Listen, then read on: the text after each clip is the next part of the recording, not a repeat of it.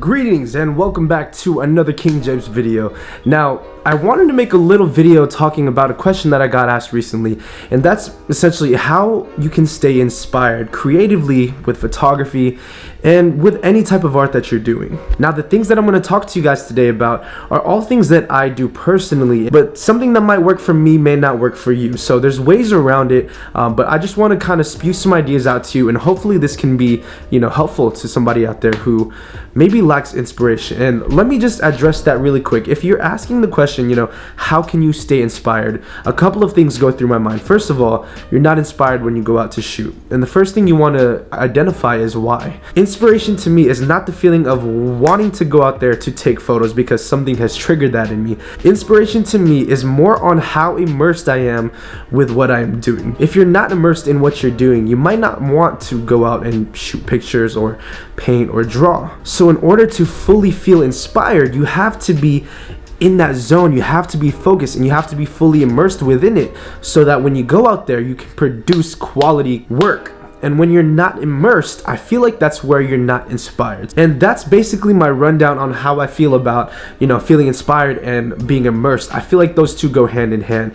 So I'm going to give you guys a couple of things that I do personally in my own life that I want to share with you guys because they might actually help you feel inspired to create. Now, the first one is very cliche, but that is to drink some coffee. Coffee to a lot of creatives, to writers, to readers, kind of give you that spark because of that caffeine jump. And when you have more caffeine within you, you feel the drive and need to do something. And to me, coffee is kind of like my Kickstarter. And for a lot of us photographers, that's coffee. The second tip I have to offer is to shoot for a project or an overall end goal. Now, the reason for this is because if you go out to shoot with absolutely no intention to make a project of the photos or anything, you're essentially just going out there to take photos. And it makes a really big difference when you go out there to shoot for a project because now you're on a mission. And when you have that in your mind, again, you're more immersed, you're more focused, and essentially you might feel more inspired to go out there to make these photos. And that's why you hear so many photographers talking about how they want to make a zine or they want to compile all of their images for a project. It's mostly because they know that when you don't shoot for a project, you're kind of all over the place and you're unorganized. So always, always, always have something to shoot for. Start a project, start a zine, make a book, make an album, and get that thought process going so that by the time you establish what you're shooting for, you feel more inspired while you're out there shooting. Now, the next tip that I have for you guys is to shoot alone. There's absolutely no problem with going out there with a bunch of buddy photographers and just taking photos. But I know you guys know what I'm talking about when I say that your friends are extremely distracting. And if you're going out there to shoot for a project and if it's important to you, you don't want to have a lot of these distractions around you because they're not going to allow you to focus in on what you want to take photos of. Instead, you're going to be talking to them, you're going to be hanging out with them, and you're not going to be 100% focused on your topic. So I highly recommend you guys go out there and shoot by yourself. Take the time to set a day up to where you go out there with a camera and you focus primarily on the images that you're taking. And set up other days for you to go hang out with your friends and take photos. And no offense to your friends, just tell them straight up, hey guys, today I really need to focus. Treat your images like it's your work because essentially that's what it is. You want to treat your images like it's the last images that you're ever going to take. And when you put that heart and that passion into it, ultimately, again, the more immersed you are, you're going to feel inspired to make more photos. The next tip that I have for you guys is to study photo books or photography monographs. Now, essentially what photo books are is they're a compilation of a photographer's work. And photo books are an absolute goldmine of inspiration because they feature some of your favorite photographers' famous images. And when you look at images on paper rather than looking at it on your iPhone screen, there's a difference. Us humans have more of a connection when we can actually feel the image. It's tangible, opposed to just looking at it on the screen, scrolling past it and looking at it like it's nothing. Now, what I suggest you do is set yourself up with a couple of photo books from your favorite photographers. If you don't know any photographers that you want to follow, I'm going to leave a link in the description below to a blog post that I made about some street photography monographs, and these are really good starting photo books if you are getting into street photography, and I'd highly recommend them. And I'm also going to drop some links in there for where you can pick them up as well.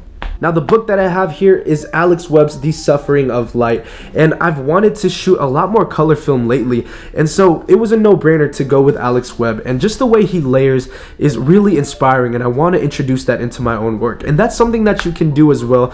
When you buy a photo book and you start looking at the images, you're going to be able to pull out little characteristics of the photographer's style, and something you can do is try to adapt that into your own photography and tweak it a little bit to make it your own. So that is another way to stay inspired, is to look at photo books, study them, get them, and get some of your most favorite photographers, buy their photo books, and ultimately I'm telling you guys, it will help improve your photography drastically. And the last thing that I want to talk about is to follow somebody that inspires you. Now, generally speaking, I'm not talking about only limiting yourself to following photographers or YouTubers or influencers. It can be your family members as well. It can be your dad, your mom, your brother, your sister. If they inspire you, follow them around, listen to them. Because by surrounding yourself with their logic, by surrounding yourself with their knowledge, what you'll notice is that eventually it's going to rub off on you. And the great thing about today is that we have platforms like YouTube, like Skillshare, Instagram, where we are able to see masterminds firsthand with our own eyes and hear their words with our own ears without having to actually go up to them and meet them in person. Because back in the old days, our peers, they had to go to photo shows or they had to attend events to where they can meet some of these mastermind photographers, and not every time were they guaranteed to be able to talk to them or listen to them talk. And for us, we have such a big resource called the internet, to where we can follow influencers, YouTubers, bloggers, photographers of all sorts, read their information, read their knowledge. Now, that's not to say you're going to steal everything that they do, but it's going to allow you to kind of create more ideas and just pop some knowledge into your head. So that's my last tip, to follow somebody that inspires you. So that pretty much wraps it up for how I stay inspired. But before I let you guys go, I want to talk to you about this dope orange camera strap. Now, this camera strap is from Nathan from the photography team, and he made this one special just for me. Now, just look at the quality of the strap. You have a leather covering right here, you got the lugs, and you also have this really thick rope. And the greatest thing about Nathan's straps is that they make them in different sizes and different colors.